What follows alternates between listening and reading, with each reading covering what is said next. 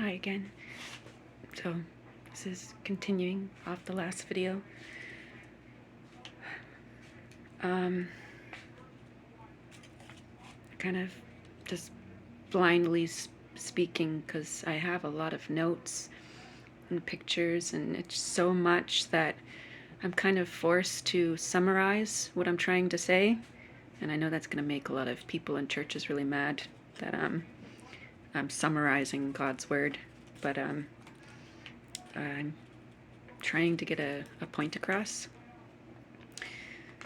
So, like I said, I would like Native people to consider the possibility that the light from the east is Jesus.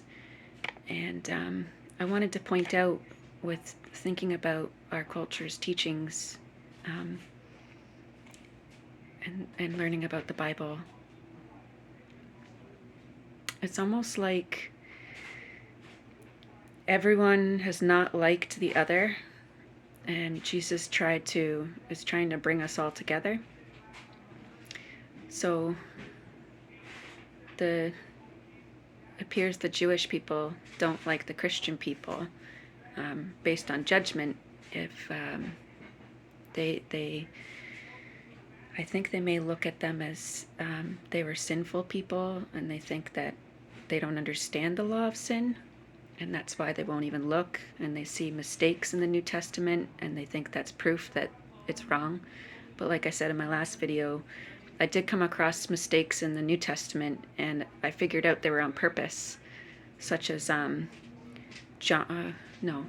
Peter being the son of Jonah and of John. I totally different layered understanding to that, and there's a lot of puzzles and riddles and clues, and when people take these pieces of the Bible literally and seriously, like just on the surface, it's not understood the way it's meant to be understood.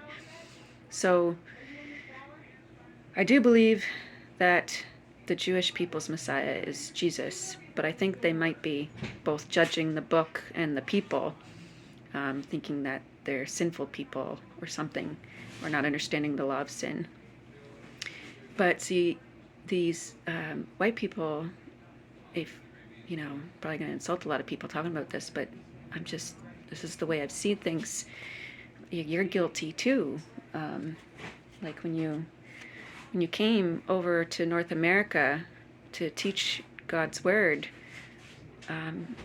maybe there was good people, but there's a lot of the churches did a lot of harmed so many Native people. And right now the main group that believes Jesus is the white people.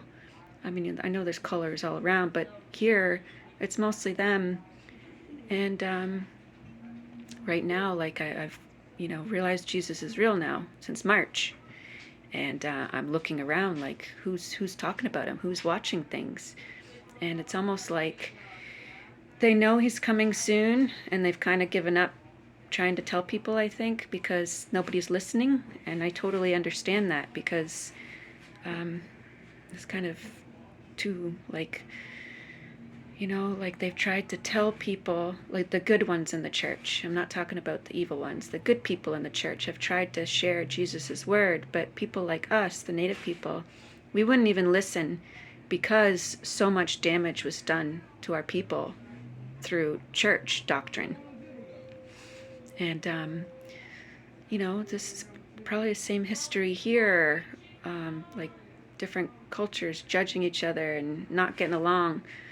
And everybody seems to be guilty of judging another, and pointing fingers and saying, you're not understanding. But my worry is, I think this is the truth. And who among the Native people, how many Native people have looked into this? And I don't know if many have. I don't know, because I think I've only met, in my personal life, I think I've only met one Native person, aside from my mother, one Native person that went to church. So I don't think I think we turned our ears off and eyes off to it, because we assumed. But Jesus talks about like evil got infiltrated everywhere, right? And the purpose, I think, is in the end, it can't be unlocked and understood unless everybody comes together. For example, there's one of those churches, they're like, and I'm not making fun of them, but they use like water and as the baptism, and I don't think they understand what the baptism is. And this is what I'm trying to point out. Like, we're spiritual people. We understand the spiritual. And I don't even know if many Native people will want to work and speak about these things, because there's so much harm that's been done to the other cultures.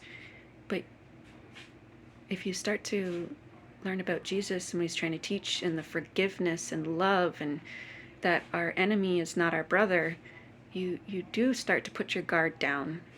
Kind of the first step to that is putting your pride down, thinking that you're right about everything. I had to do that, and it was hard, but I did it. Pride is kind of a big thing holding us back. Okay, so I want to say that. Secondly, why am I doing these videos? I've already explained many times that I became a believer in Jesus in March, and then I started having a lot of dreams, and I was trying to make sense, because they felt like messages, trying to make sense of what's going on. I've really felt like my world was shooken up. And then, but there was another part too, the dreams started, and I was like, well, these are unusual dreams, and then I would start to work through it and try to figure out what was going on, and then I put my arms up like, well, I'm not going to share this, because I don't know if I'm understanding what I'm learning. And then I had a dream where the Bible, with the lights turned on, so it was like, felt like somebody was listening to me. I was like, okay, something I feel like is going on, and I don't think many people are going to believe me. And then also, and here goes, lots of people making fun of me, but so the dream started, and then somebody said my name, and it was, it wasn't like I was dreaming, I wasn't sleeping, and it wasn't like a far distant thing. It's like it's a bit of a shock, because it was, like we hear each other crystal clear. It was like somebody was there, but there was nobody there. And somebody says that they hear a voice, oh, crazy. But Native people, they understand the spiritual world a bit better. So, and somebody called my name, and that was a bit shocking. And I was going through a lot of shocking things, so I even brushed that off, like maybe I've been through so much that I'm going crazy, because people who know me and they look at what's going on with these videos, they're going to be like, oh, she's been through so much, I must be crashing. And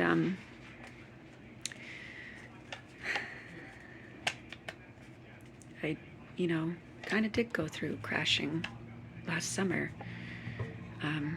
Kind of part of the reason that led me into looking in the Bible last September, and I started to look, not realizing I was going to lead to figuring out Jesus was real.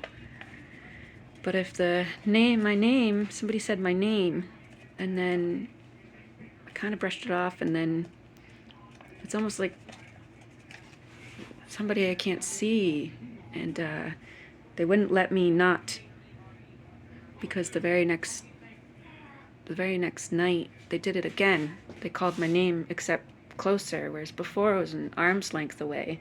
And then the second time, this person was right next to my ear. And when you learn about the Bible, you're supposed to test all spirits. And the thing is, with whoever called my name, their voice was very Of course, I can't copy the voice. It was very trustworthy. Like I automatically, whoever said my name, they had a very trustworthy voice. And so, I don't know what's going on with me. Like, all this stuff's happening so fast. And the dreams, and then like so much knowledge, and of course I'm not even sharing it well. So what I'm hoping is maybe I'm supposed to share these understandings for the right person. And who would that right person be? I don't know, but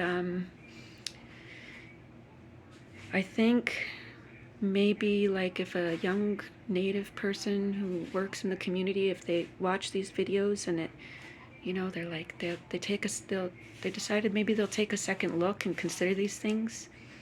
Like maybe you should consider meeting in the community to talk about this, to just present the possibility, because right, like I said before, with the body, spirit, soul, like these are needed to understand the Bible and the cultures that hold that knowledge too. But what I was explaining with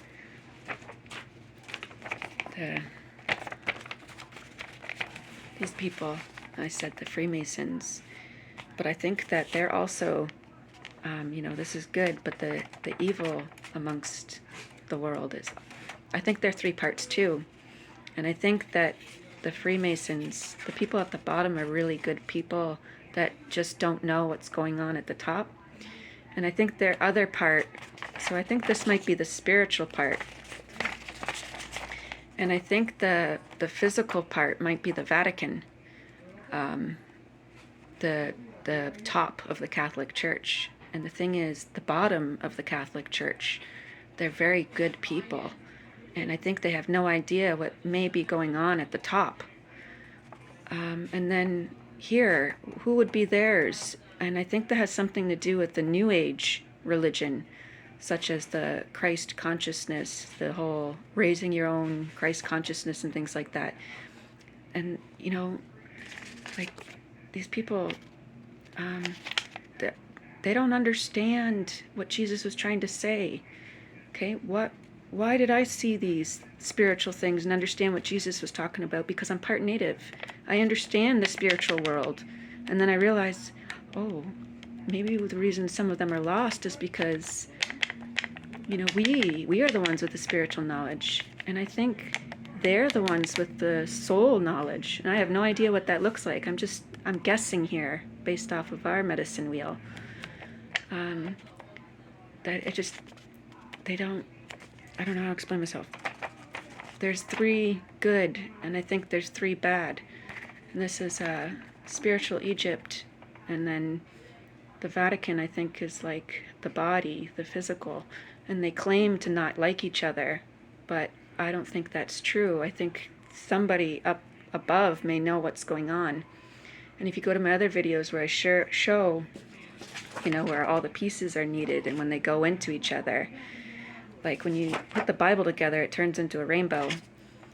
And with them, like, I think it's the whole, like, somebody needs to take my videos seriously. Please, just somebody stop looking at the TV and consider what I'm saying. Because the people who are, that love Jesus and they're watching and they're studying the signs and the stars and the signs in our world. And there's a lot of people saying, like, the end is near. And, because I figured out Jesus was real and I kind of started waking up to paying attention, I bounce around trying to find answers because I love Jesus now. I know he's real. And a lot of the people who have been watching for a long time, right now they're talking about, they're waiting for flowers to be born in May. And I looked into that. And this is a Rose of Sharon. And I think, I need someone else who's more studied in this to explain it, but I think this represents Jesus in the Old Testament, but of course the Jewish people don't know it. Do you see the shape as a Star of David? Okay. My daughter drew this. This is what the flower looks like. It's called a Rose of Sharon. And you see how the three like antennae come out? I thought that was so interesting because the Star of David is made of 3 parts. And then the 3 antennae, it was almost like Jesus was saying, like, you need to understand the 3 parts. And that's why that's this symbol. And then I think this represents the Christians, the Jesus believers. Like, they're on the right path, but they don't have all the knowledge. I think that's what that represents. And so they're talking about, like, they're expecting like these symbolic flowers to be born in May this year because it's an important time period. And the other one is the lily of the valley. I think that represents people, a group of people. And like I said, the high places, the mountains and hills, those represent people who put themselves at the top that don't belong there. And the valleys are people from the bottom. And they're waiting for these to, they're waiting for these 2 flowers to blossom and bloom during May. And they don't really know what that's supposed to look like. And so I think this is Jesus. I think this may represent the John group, this is going a little bit deep, so I'll have to do another video, but representing the people who've been following Jesus all along. They just don't have it all. That's my opinion and how I'm seeing it. And I think this represents people who are coming from the valleys, the people who have been crushed in suffering. I think that's what that represents. And when I started to look, because I just started believing in Jesus in March, and then in April I put the videos together because the dreams were bothering me, and then I was like, what are they expecting to happen in May? And it sounds like it's some sort of trumpet, because a lot of stuff in the Bible is symbolic, not literal. Like, they're expecting final trumpets to blow before God's arrival.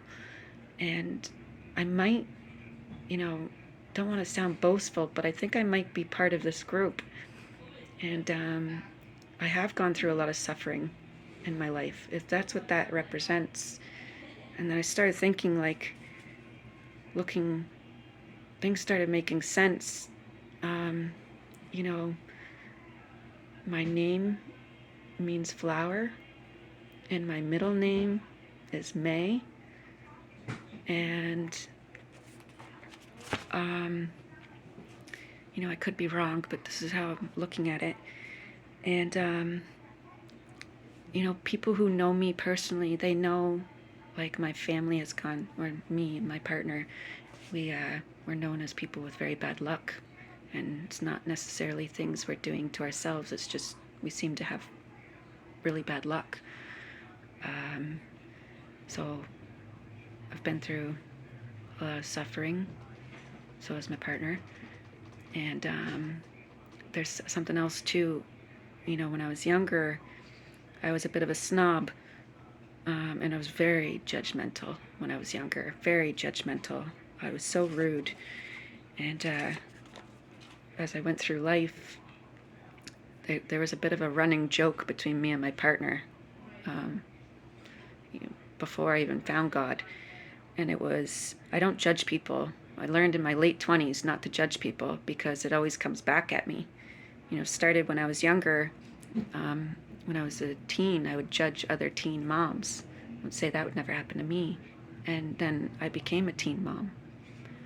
And then I would judge, trying to make myself feel better, I guess. I would judge mothers who had children from different fathers. And then, I would never do that. I was a really rude person.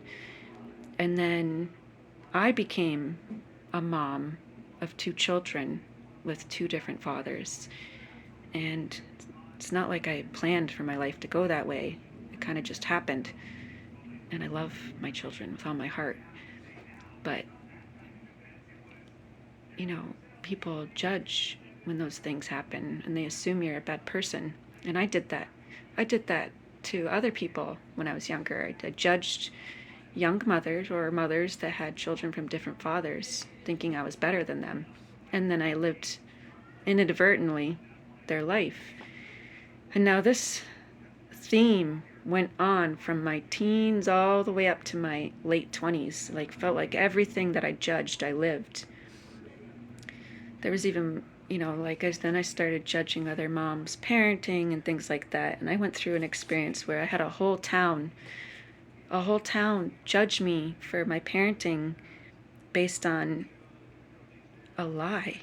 I wasn't even, me and, you know, we weren't, it was gossip. And so I went through all that, and I think it was almost like a punishment. So there's a running joke between me and my partner that I don't judge people anymore, because it almost feels like it gets thrown back at me. So stuff sounds kind of crazy, but I'm like, something's going on with my dreams. And, you know, somebody called my name, not once, but twice. And why don't I just think I'm crazy? Because it was the voice, the sound of the voice was calm, peaceful, and it was just how to explain it was a trustworthy voice. And you know, I'm reading the Bible, and if it's true that God has angels, maybe that's somebody that, like, they wanted me to help share this information. And I'm not a good person to share this because I'm an introvert. I don't like to be in the spotlight. I don't like to do videos. I don't like going out. I'm a homebody. So I'm doing this in trust that the right person is going to find it. You know, a young person, make a PowerPoint presentation with some of the things that I've presented. Look into it yourself. Make a PowerPoint and see if you could call like a town meeting or a community meeting to discuss this possibility. It's worth discussing. It's worth talking about. I'm gonna pause. I'm gonna stop here so I don't put too many topics in one video, and then I think the next video I'll talk about John and Simon Peter. Thank you.